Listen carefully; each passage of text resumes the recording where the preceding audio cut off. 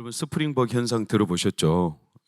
그 통통통통 뛴다 해서 스프링 같다 해가지고 스프링벅 사슴의 일종인데 남아프리카 남부 쪽에 사는 이 사슴의 일종들이 스프링벅 현상 하는 것은 집단으로 땅끝에서 절벽에서 떨어져서 집단으로 죽는 현상을 말하는데 그 너무나 유명한 현상이고 오늘날 우리 사회 현대 분주한 현상을 비유할 때 쓰는 용어이기도 합니다. 이 무리들이 막 내달리다가 정신없이 그래가지고 절벽에서 추락해가지고 몰사하는데도 누구도 그 방향을 멈추거나 틀거나 정지하지 않고 그대로 질주하는, 이것을 연구하는 생태학자들이 왜 그런 현상이 일어날까 했더니 풀을 뜯는 이 스프링벅들이 풀을 먹다가 내 앞에 있는 사냥이 그걸 먹으면 얼른 그 앞에 있는 풀을 내가 먹으려고 더 앞에 가서 풀을 뜯고, 그럼 뒤에 놈이 또 앞에 가서 풀을 뜯고, 이렇게 풀 뜯기에 경쟁이 붙어가지고 처음에는 서서히 하다가 나중에 이렇게 과열 경쟁이 일어나면서, 그래서 몇 킬로까지 스프링벅이 뛰냐면 94킬로까지 뛴다고 그래요. 그러면 치타가 못 잡을 속도예요. 그 정도까지 냅다 달리다가 이들이 브레이크가 제동이 안 걸려서 결국에 하나같이 다 절벽에서 해안가에서 떨어져서 죽는 거. 이게 이제 스프링벅 형성이에요. 그러니까 방향을 모르고 그냥 질주하는 이런 현대 사회에 대해서 사실 스프링벅이라는 이유로 많은 설명을 하는 경우가 종종 있어요. 비슷한 경우가 2013년 4월 28일 영국의 한 지방에서 마라톤 대회가 열렸는데 한 5천 명 정도가 참석을 했는데 한 명 제외하고 5천 명이 전부 탈락한, 실격한 진짜 기상천외한 경기가 있어요. 그 왜 그런 거 했더니 1등으로 달리던 선수가 가고 나머지 2, 3위는 1등하고 약간 간격이 벌어져서 달리는데 2, 3위 선수가 막 치열하게 경쟁하다가 마라톤 경주 라인이 아닌 엉뚱한 곳으로 뛰어버렸어요. 근데 그 뒤에 오는 선수들은 1위는 안 보이고 2, 3위가 뛰는 방향으로 다 냅다 달렸어요. 그래가지고 5천 명이 전원 실격하는 사태가 일어났어요. 사실 세상을 이렇게 질주하는 현실을 살고 있어요. 그래서 사람들은 속도보다 방향이 중요하다고 말을 많이 해요. 여러분도 많이 들어보셨죠? 그러나 오늘날 속도보다 방향이 중요한 것도 맞지만 속도와 방향과 동시에 사실 오늘날 우리에게 가장 강력하게 들어오는 무기가 있다면 이렇게 빨리 달려도 결과는 없는데 하면서 달리기를 멈추게 하는 공격들이 많이 있어요. 그것을 그냥 쉬운 말로 허무라고도 하고 참 헛되다 이렇게 표현할 만한 것들. 마귀가 우리가 신앙의 경주를 할 때 항상 신앙의 경주를 엉뚱한 방향으로도 이끄는 것도 마귀의 주 공격이지만, 그러나 오늘날 우리에게 다가온 여러 가지 공격 가운데 가장 무서운 건 달리기를 멈추게 하는 거예요. 허무, 어차피 이렇게 달려도 안 된다는, 이게 마귀의 고단수예요. 여러분, 우리가 달리기를 하는 것은 신앙인에게 있어서 마땅한 겁니다. 사도 바울이 우리의 정체성에 대해서 경주하는 자라고 했어요. 경주하는 자. 달리기를 멈추는 사람은 성도가 아니에요. 계속 달려야 돼요. 그래서 방향이 중요하지만 때로는 세상을 살다 보면 달리기가 허무하게 느껴질 때가 있어요. 이렇게 달린들 뭐 할까? 그게 예레미야가 던진 질문이었어요. 오늘 12장 1절 2절을 보면 예레미야가 질문을 던집니다. 주께 질문합니다. 악한 자의 길이 형통하며 반역한 자가 평안하면 무슨 까닭입니까? 내가 이렇게 열심히 달리지만 저 옆에 함께 달리는 저들은 악한 자들이고 저는 주와 함께 주를 위해 달리는 자들도 아닌데 저들이 더럽게 잘 되고 저들이 오히려 나를 무너뜨릴 이런 세상을 내가 열심히 달린들 뭔 소용입니까? 그러면서 그들은 하나님께로부터 마음이 먼 자들인데 주님 이게 도대체 무슨 영문입니까? 이게 예레미야의 질문이었어요. 여러분, 우리도 이런 질문을 자주 하죠.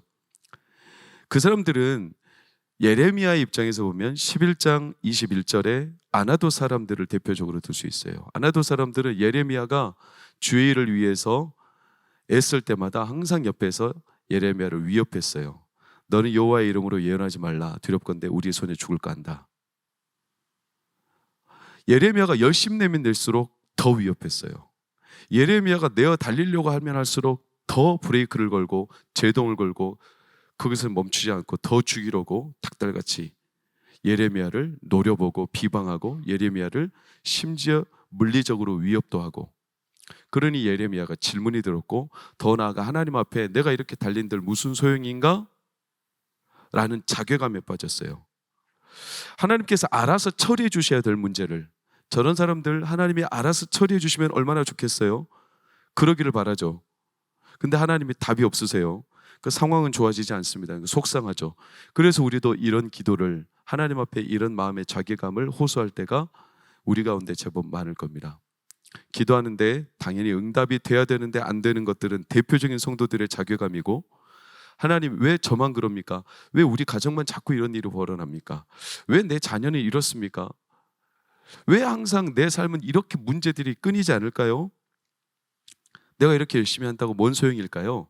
심지어 요즘에 어린아이들도, 우리 집에 사는 어린아이들도 어떤 한 아들 녀석은 저한테 가끔 와서 아빠 공부한다고 뭐 할 거야? 공부 열심히 한다고 뭔 소용이 있어? 이렇게 툭툭툭 내던지는 말이 그가 원해서 내던지는 말은 아니지만 자기가 느끼는 삶의 현실이 그런 거죠. 그래서 멈추고 싶은 거예요. 왜 그렇게 열심히 삽니까? 여러분 오늘 왜 이렇게 열심히 삽니까? 우리 장로님들 왜 이렇게 열심히 사십니까? 권사님들 왜 이렇게 열심히 사십니까? 우리 최수모 권사님 항상 교회 앞마당, 뒷마당, 옆마당 청소하시는데 왜 이렇게 청소하십니까? 열심히. 어차피 또 더러우실 텐데. 감사해서요. 그분들이 가지고 있는 마음은 그분들만 아실 테지만 사람들이 볼 때는 왜 이렇게 교회를 열심히 다니는 거야? 다녀서 뭘 얻기 위해서? 가끔 등산 가다 보면 등산을 따라오는 아들 녀석이 저한테 그래요. 아빠 다시 내려올 거 뭐하러 올라가? 헛수고지. 어차피 다시 거기서 살 것도 아닌데 뭐 한다고 그렇게 수고롭게 올라가는 거야? 하마터면 열심히 살 뻔했네 라는 책이 최근에 나왔었잖아요. 40세까지 죽으라고 살았는데 자기에게 남은 결과가 없으니까 이렇게 산들 뭐하랴? 그래가지고 하마터면 열심히 살 뻔했네 라고 아예 책 제목이 그래요. 여러분들 이렇게 신앙생활 열심히 하지만 가끔 그런 마음 들죠? 하마터면 은혜 받을 뻔했네. 은혜 받으면 뭔가 내가 막 열심을 해야 되는데 그러다 보면 나만 손해보고 그런 일들이 얼마나 많습니까? 이 질주가 허무하게 끝날 건데 무슨 소용이 있냐? 이게 이제 스프링복과 다른 반스프링, 역스프링, 스프링이 느슨해져서 질주할 필요 없고 달리기를 할 필요가 뭐가 있냐? 라는 예레미야의 심정입니다. 여러분 예레미야가 그래도 질문을 하고 있다는 것은 아직은 열심히 있다는 거예요. 하나님 왜 이렇습니까? 질문을 하고 있는 건 하나님 앞에 답을 구하고 싶은 건데 자기는 그래도 달려가고 싶은데 도무지 달려가도 또 똑같은 일들이 벌어질 것 같아서 예레미야가 이제는 거의 막바지처럼 하나님께 질문을 던지는 거예요. 아직은 불씨가 남아있을 때 여러분 이 질문에 대해서 하나님 뭐라고 답하셨냐? 오늘 5절 말씀을 보면 만일 네가 보행자와 함께 달려도 피곤하면 어찌 능히 말과 경주하겠느냐라고 하셨어요. 네가 만약 지금 보행자, 사람들, 주변의 상황들과 함께 달려서 이렇게 마음이 무너지고 피곤할 것 같으면 앞으로 말들이 달릴 때 어떻게 달릴 거냐? 이렇게 말씀하시는 하나님의 답은 책망하고 마치 예레미야를 채근하시는 듯 느껴지지만 실은 하나님이 단호하신 거예요. 그 사람들 환경, 상황 그런 거 볼 것 없다. 너는 나와 함께 달리자 이렇게 말씀하시는 거예요. 사람들 때문에 네 마음 자꾸 뺏기지만 그것들 때문에 너무나 마음 주지 마라. 너는 나와 함께 달리자 이렇게 하고 계신 거예요. 앞으로는 더 할 건데 앞으로 말들이 달릴 건데 그때 어떻게 할 거야? 마음을 허무하게 나를 자꾸 달리기를 멈추게 만드는 일들이 앞으로 더 많아질 건데 그렇게 허무함을 무기로 마귀가 우리를 계속 찔러서 내 마음의 불씨를 싹 다 꺼버릴 텐데 어떻게 할 거야? 7절을 다시 한번 보면 요단강 물이 넘칠 텐데 봄 넘을 땐 어떻게 할 거야? 다 꺼져버릴 텐데 하나님은요 왜 우리 주변에서 일어나는 일들을 보면 우리는 계속 달리게 말씀으로 촉구하고 강단에서 그렇게 선포를 하고 가만히 있으면 안 될 것처럼 우리에게 뭔가 계속 뒤에서 푸시하시고 또 푸시하시는 듯한데 세상 돌아가는 걸 보면 우리가 아무리 그렇게 달려도 안 될 것 같은 일들이 왜 이렇게 많아 보입니까? 그래서 안 달려가는 성도들이 왜 많아지고 있습니까? 그게 오늘날 우리가 보는 현실 아니겠어요? 뭔가 교회의 열심을 죽이려는 시도들이 얼마나 많아져 보이고 있습니까? 여러분 우리는 이제 코로나를 다 끝냈어요. 우리나라를 제외하고 모든 나라들이 웬만하면 다 마스크를 다 벗었죠. 우리나라 국민들은 워낙 투철해서 마스크를 여전히 쓰고 있는데 한 심리학자가 사회 심리에서 왜 마스크를 계속 쓸까? 심리가 바뀌었다는 거예요. 마스크를 쓰니까 안전하게 느껴지더라는 거예요. 자기 얼굴을 보일 필요가 없다라는 거예요. 교회 올 때 화장할 필요도 없고요. 내가 마스크를 쓰고 있으면 익명성이라고 하죠. 익명성. 내 얼굴이 굳이 들키지 않아도 되는 것 같은 안심, 안전함을 느끼니까 마스크를 계속 쓰게 되더라는 거예요. 거의 이제 교회에서는 주여 하면서 기도를 잘 안 한대요. 아멘도 거의 잘 안 한대요.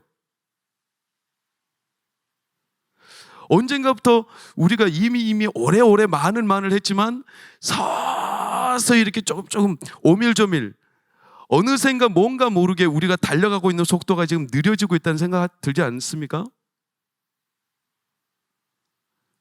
우리가 의도하지 않았지만 신앙의 열심으로 믿음으로 달려가는 일들이 지금 헛되다고 느껴지는 일들이 주변에 얼마나 많습니까? 왜? 세상과 경주하다 보니까, 보행자와 경주하다 보니까 지친 거죠. 피곤한 거죠. 그래서 달리기를 멈춰야 되는 마음들이 우리 가운데 나도 모르게 암묵적으로 일어나는 거죠. 이런들 어떠하리 저런들 어떠하리, 어차피 빨리 달려도 그만 안 달려도 그만 다 거기서 거긴데 뭐 한다고 빨리 달릴 거야. 이런들 어떠하리 저런들 어떠하리. 여러분 어때요? 열심히 사는 게 이상한 세상처럼 바뀌어가고 있어요. 열심히 살고 열심히 달리는 게. 좀 외람된 얘기를 드리면, 여러분 지금 이 세상에 수많은 사람들이 자기 좋은 것을 하는 것을 지혜롭다고 생각하며, 그게 이제 우리나라에서 우리가 말하는 흔히 악법이라는 것들로 지금 통용되고 있어요. 사람들은 그걸 악법으로 생각하지 않아요. 우리만 유독 악법이라고 하죠. 사람들은 다 선한 법들이에요. 왜냐? 사람들 입장에서는 사람들의 인권을 높여주고 차별을 금지하는 거고, 그리고 더 나아가 자기들이 좋아하는 성향대로 인정해주고 다독여주고, 그게 왜 나쁜 거냐? 다 함께 가자는 건데, 이렇게 호도하면서 사실 사람들은 선하게 아주 그럴듯하게, 그래서 교회가 이걸 앞장서서 반대하면 교회가 굉장히 오버하고 있고, 교회가 지금 가지 말아야 될 길을 가고 있고, 그렇게 하는 걸 교회들마저도 이제는 반대하고, 왜 교회가 그렇게 앞장서서 차별을 금지하려고 하냐? 이렇게 오히려 반문하면서, 엊그제는 시의회 앞에서 일제고사를 반대하고 학생들의 성적을 공개하는 것을 중단하고 기초학력을 시의회에서 지원하는 것을 중단하라, 이렇게 학부모들이 나와서, 쉽게 말하면 학생들의 성적 공개하지 말라는 거예요. 왜? 압박당하니까, 부담 가지니까. 그러니까 더 이상 성적 가지고 매기지 말라는 거예요. 그래서 학생들이 편안하게 학교 생활, 편안하게 자기 인생을 살아갈 수 있도록 해달라는 거예요. 그렇게 하면서 이제 피켓을 두고 데모하러 나왔더라고요. 여러분 어때요? 그러니까 달리는 게 싫다는 거죠. 달릴 필요가 뭐 있냐는 거죠. 그렇게 열심히 막 압박하면서.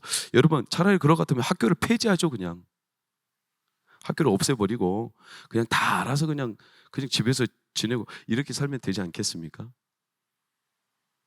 우리가 열심히 또 자기의 여러 가지 삶을 뚫고 열심히 달려가는 것이 마치 헛된 것처럼, 그러니까 우리 다 평등하게 그냥 차별하지 말고 모두 공평하게 이렇게 살아가자라고 말하는 세상의 분위기들이 얼마나 많아지고 있어요. 그 가운데서 오로지 신앙인들만, 교회들만, 그나마 한국교회 성도들만, 그나마 한국교회에서 일부만 이렇게 막 외치는 거예요. 열심히 나가서 안 된다. 우리 믿음으로 살아야 되고, 우리 믿음으로 이 법을 저지해야 되고, 그래도 이 땅에 하나님의 창조 질서가 무너지면 안 되니까 우리 더 열심히 달리자, 이렇게 말하는 사람들이 점점 이상해져 가고 너무나 극단적인 보수주의자가 되어가고 있고, 이들이 마치 뭔가 세상과 맞물리지 않고 부조화처럼 살아가는 세상처럼 여겨지고 있는, 그렇게 어느 순간 만들어져 버린, 그래서 신앙의 열심을 내는 거가 이상하게 느껴지고 있는, 마귀가 그렇게 어느 순간 이렇게 분위기를 다 깔아놨어요. 그래서 하마터면 열심히 살 뻔했네. 그냥 그저 그렇게 그냥 믿고 살지, 뭐 그렇게 막 열심히 내서 그렇게 믿으려 하고, 뭐 그렇게 열심히 내서 목소리를 높이고, 왜 그래? 그냥 편안하게 좀 교양 있게, 좀 수준이 좀 깊어지게 이렇게 살면 되지. 이렇게 마귀가 어느 듯 깔아놨어요. 근데 이 작전이 제법 통하는 듯해요. 달리는 걸 좀 멈추는 게 맞다고 생각하는 생각들이 점점 교회 안에도 많아지고 있는 것처럼 느껴져요. 왜? 허무하니까.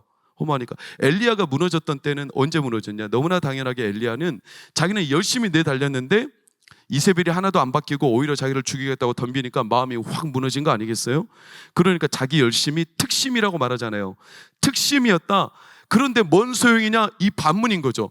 특심이었지만 헛수고였다. 그러면서 그는 달리기를 멈춰버렸어요.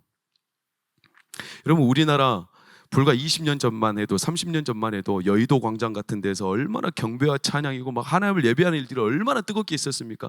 기억나십니까? 저는 전남 영광에 살아도 경배와 찬양 한번 참석하려고 밤새 차를 타고 올라와가지고 그걸 보고 또 밤새 내려가고 이렇게 찬양을 하고 막 거기에서 수만 명이 모여가지고 함께 찬양하며 집회하며 뜨겁게 부르짖으며,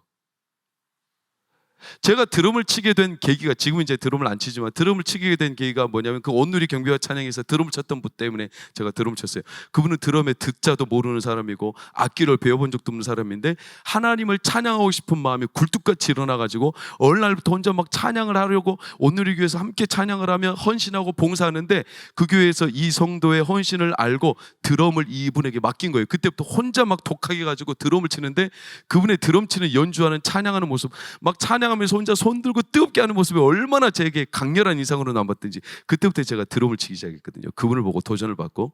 여러분, 요즘에는 여의도 같은 데서 광장에서 예배 드리면 거절해버립니다. 왜? 종교 편향이라는 이유로. 안 됩니다. 금지당합니다. 왜? 너희들만 왜 그렇게 열심히 달리냐는 겁니다. 다른 종교들하고 차별되게. 좀 가만히 있어라. 자중해라. 그런데 그런 분위기에 나도 모르게 지금, 교회도 모르게 지금, 성도들도 모르게 그냥 묻어가더라는 거예요. 그리고 달리는 게 이상해졌어요. 여러분, 그런 세상이 보이십니까? 그런 세상이 보여야 합니다.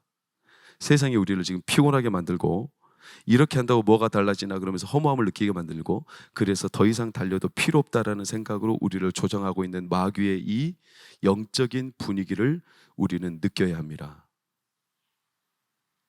우리가 지금 드리는 예배가, 우리가 지금 드리는 하나님 앞에 찬양과 기도가 예전에 비교하면 훨씬 뜨거울까요? 식어졌을까요? 뜨거워졌을까요? 식어졌을까요? 우리가 하나님을 갈망하며 예배하며 하나님 앞에 뜨겁게 우리의 마음을 향하는 그 열심과 열정이 예전보다 식어졌을까요? 뜨거워졌을까요?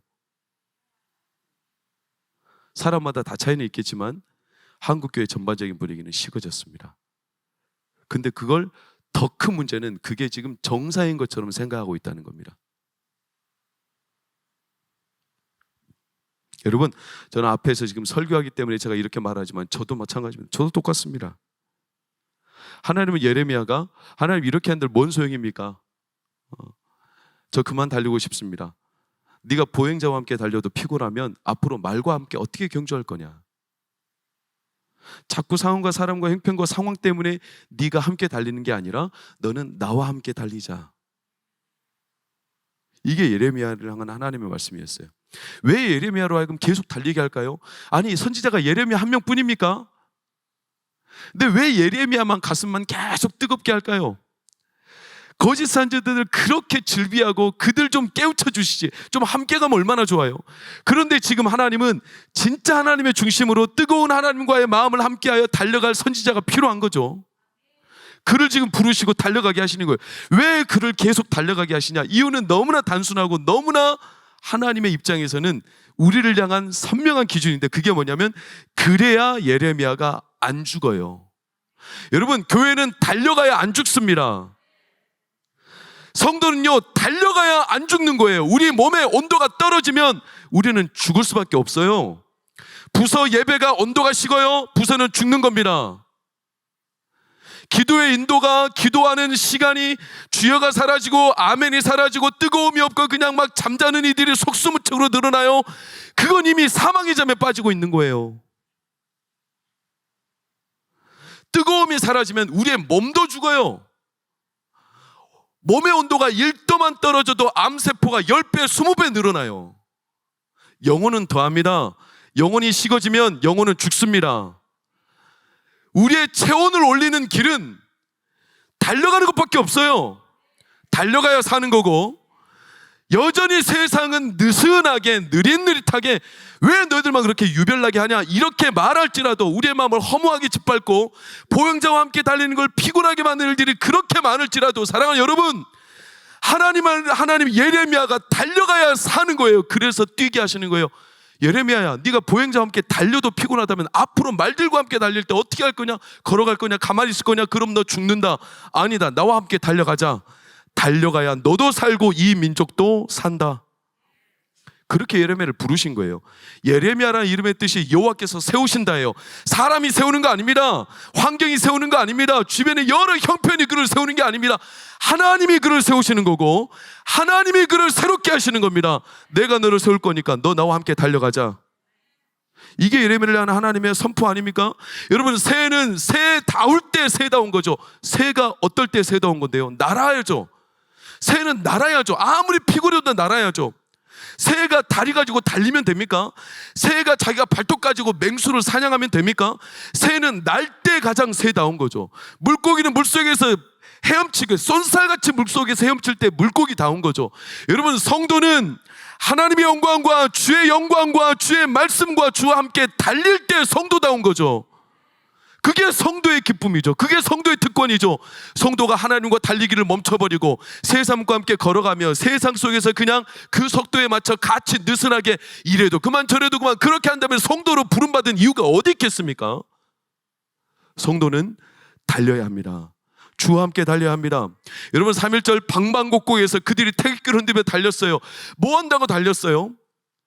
일제와 그냥 친하게 지내며 마음 편하게 배부르게 사는 이들이 얼마나 많은데요. 그 당시에 나라 팔아먹고 옆집 이웃 팔아먹고 그냥 자기가 알던 사람도 다 팔아먹고 교회도 팔아먹고 그냥 일제 그들이 부여해주는 세상에서 넉넉한 삶을 그냥 먹고 그들은 그 안에서 호의호식하면서 그대로 사는 게 그 당시 지혜라고 생각했어요. 그렇게 사는 게 진짜 잘 사는 거였어요. 그렇게 살아야 자자손손이 부를 이루었어요. 그랬던데 그런 세상 틈에서 어떤 이는 김창준 장로님은 유관순 열사는 그 가운데 길선주 목사님은 왜 민족 대표로 자기들이 굳이 나서서 서명을 하면서 굳이 태극기를 흔들며 잡혀다가 잡아 죽을 거 감옥에서 그렇게 차디찬 감옥에서 항거하다가 비참하게 개죽음 당할 거 뭐하라고 그렇게 뜁니까? 왜 그렇게 뛰어야 됩니까? 그러나 그들은 꺼지지 않는 마음에 열심히 있었고 불씨가 있었어요. 나라를 사랑하고 하나님이 이 시대 나를 1919년 이 시대 3월 1일 나를 이 땅에 태어나게 하시고 나를 이 땅에 살게 하신 하나님의 목적이 있다면 내가 그냥 일제와 맞붙어서 일제 안에 그냥 머물러서 함께 일제와 똑같은 속도로 걸어가는 게 아니라 나는 하나님이 이 시대에 부른 목적에 맞게 나는 그와 함께 달려가겠다. 그게 그들의 삶의 목적이었죠. 그래서 그들은 달리기를 멈추지 않았어요. 여러분, 그 결과가 그 당시에는 헛돼 보였죠. 그러나 100년이 지나고 지금 우리는 그때 태극기를 흔들었던 그 동네를 뛰어다녔던 그들 때문에 오늘 우리는 하나님께서 주신 그 역사를 약속을 우리가 지금 맛보고 있는 겁니다.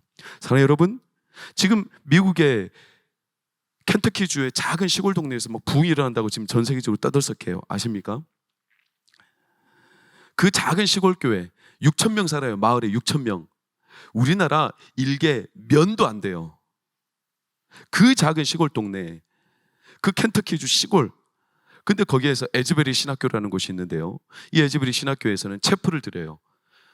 어느 날 수요일인가 평범하게 그저 없는 체프를 드렸어요. 같이 예배를 드리다가 예배가 끝나고 다 이제 수업을 받게 떠났어요. 근데 이 가운데 남아있는 몇몇 한 7, 8명 정도가 남아서 계속 성경을 읽고 기도하는 중에 그 가운데 하나님께서 그들에게 흐느끼기 시작하면서 마음에 하나님의 마음을 막 부으셨어요. 7, 8명이. 그래서 그들이 그때부터 계속 기도하면서 성경을 읽고 그러면서 막 마음에 통곡하고 통회하는 마음, 이 땅을 위해서 막 부르짖는 마음들이 일어나더니 그들 가운데 점점 사람이 그리고 자기들이 막 너무나 뜨거우니까 친구들을 불러다가 같이 예배하고 그 사람들이 또 지인을 불러다가 또 예배하고 또 불러다가 그러면서 지금 며칠째 논스톱으로 우리는 지금 예배 끝나면 6시 반이면 그래도 다 갈 겁니다. 그들은 지금 23일째 똑같은 자리에서 교회를 떠나지 않고 예배드리고 있어요. 몇 명이 교회당 전체 모여서 그 에즈베리 신학교 채플에. 그 사진 한번 보세요. 수많은 청년들이 수많은 젊은이들이 여기에 운집해가지고 떠나질 않아요. 에즈브리 신학교 바깥에는요, 교회 마땅에서는요, 손 들고 막 기도하면서 교회에 들어가기 위해서 온갖 사람들이 8시간, 9시간을 대기하면서 예배에 참석하기 위해.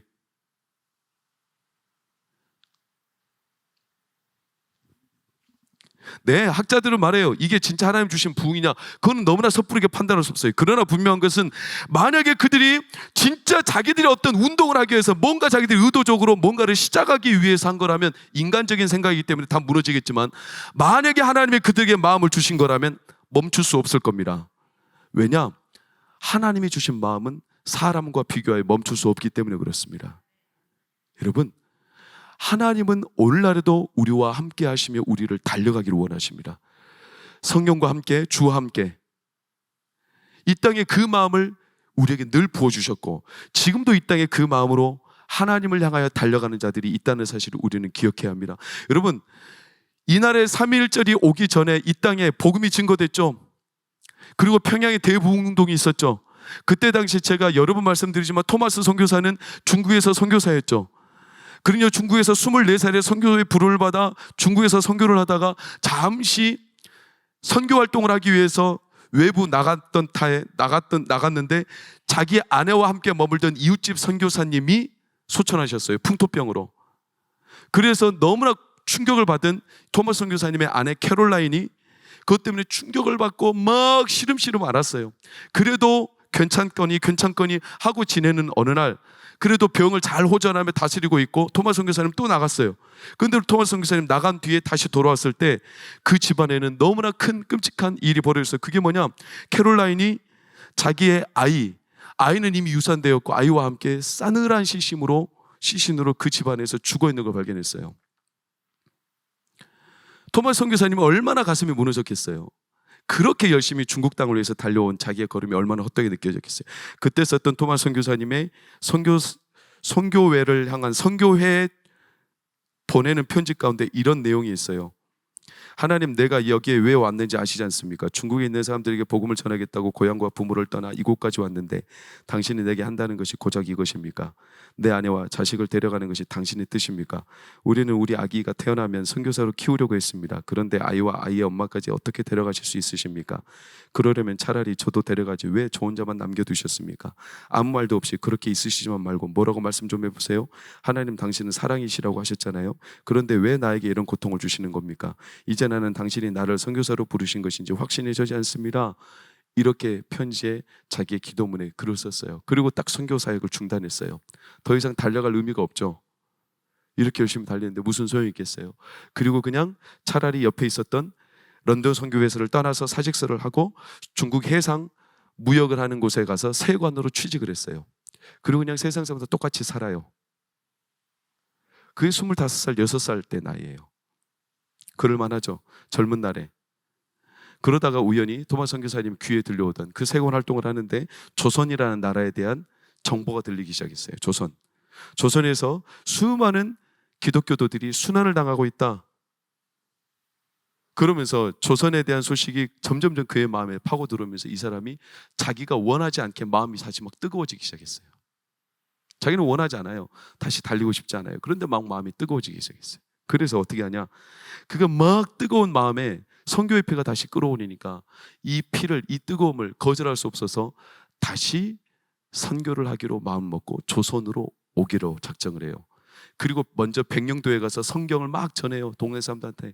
그러다가 백령도에서 성경 전하는 일을 끝내고 제너럴 셔너먼호를 타고 드디어 우리나라 중국 쪽을 통해서 대동강변으로 유입해서 들어오려고 함께 들어오죠. 그때 당시 흥성대원군이 제너럴 셔머너를 다 격파해버리고 그 격파된 배에서 나왔던 수많은 선원들, 외국인 선교사들 다 그 해안가에서 단칼에 다 죽여버리죠. 안 갔으면 됐을 일을, 멈췄으면 됐을 일을 그는 가슴에 멈출 수 없는 뜨거움이 있었어요. 하나님 계속 달려가라고 마음을 주셨어요. 그리고 대동강변에서 성경을 몇 권 전하면서 큰 소리로 외쳤어요. 예수 믿으세요, 예수 믿으세요. 그러다가 칼에 죽었어요. 그게 우리가 잘 아는 토마스 선교사님의 일대기예요. 27살의 나이에. 여러분, 그리고 100년 뒤에 우리나라의 한국 개신교회 어마어마한 부흥. 아니, 100년 뒤는 현재 우리의 역사고 그 뒤에 1907년에 성령께서 평양과 원산과 온 한반도 전역을 성령의 불길로 태우신 역사를 우리는 너무나 많이 들었습니다. 항상 주와 함께 달리던 자들이 이 땅에 있었습니다. 그리고 오늘도 부르십니다. 그게 오늘 우리가 보내는 3.1절이고 그게 오늘 우리가 보내는 이 땅 이 시대, 우리도 마찬가지예요. 왜 예레미야를 그때 보내셔서 달리게 하셨을까? 왜 그때 토마스 선교사를 보내셔서 달리게 하셨을까? 왜 에즈베리에서 몇 명, 7, 8명의 그 젊은이들을 부르셔서 하나님의 마음을 부어주실까? 왜 하나님은 그렇게 하실까? 모르죠. 그러나 여전히 하나님은 오늘날에도 하나님은 주와 함께 달리고 그의 영광의 역사를 우리 가운데 이루기를 원하십니다. 여러분, 세상이 느슨해지게 달리고 있다요, 우리가 피곤하다요, 이렇게 달린들 무슨 소용이 있다요, 그렇게 낙심하고 마음에 허무함이 밀려올지라도 하나님은 그것 때문에 우리에게 달리기를 멈추기를 원하지 않고 우리에게 말씀하시는 거예요. 세상이 좀 이상해 보면 어떠고 우리가 좀 광신자처럼 보이면 어떠냐? 너는 나와 함께 달리자. 나와 함께 달리자. 여러분, 그게 동광교회가 걸어갈 일이고 그게 송기도 목사가 걸어갈 길이고 그게 동광교회 성도인 여러분들이 걸어갈 길이고 그게 우리 장로님들이 걸어갈 길이고, 많은 사람들이 걸음을 멈추고 달리기를 멈춰도 동광교회는 걸어가야죠. 동광교회는 달려가야죠. 왜? 하나님은 멈추지 않았으니까. 예수님 말씀하셨죠. 아버지께서 일하시니 나도 일한다. 하나님 멈추지 않았죠. 우리도 멈춰서는 안 됩니다. 복음 전하고 이 땅에 있는 악한 법들을 저지하는 데 열심을 다해야 되고, 기도할 때 뜨겁게 기도해야 되고, 우리가 하나님 앞에 찬양할 때 마음을 다해서 찬양해야 되고, 기도할 때도 하나님 앞에 중심을 통해하며 기도해야 합니다. 그게 우리에게 주신 특권이고 그게 우리에게 주신 성도로서의 하나님의 은혜입니다. 은혜. 여러분, 달리기를 멈추지 마십시오. 주와 함께 달려가시기를 축원합니다. 좀 이상하게 보여도 저도 주와 함께 달려가기를 소망합니다. 주와 함께 평생을 달려가겠습니다. 때로 우리의 발걸음을 붙잡는 일들이 많겠죠. 저는요, 오남매 중에 네 번째잖아요. 네 번째니까 아빠 엄마가 돌보지도 않았죠. 저는 저를 그냥 내쳤다고 생각했어요. 그런데 그러지 않았어요. 아빠 엄마는 저를 애지중지하셨어요. 저는 어릴 때 경기를 많이 일으켰다고 그래요. 어머니가 어제 그러시더라고요. 통화하는데 경기를 많이 일으켰대요.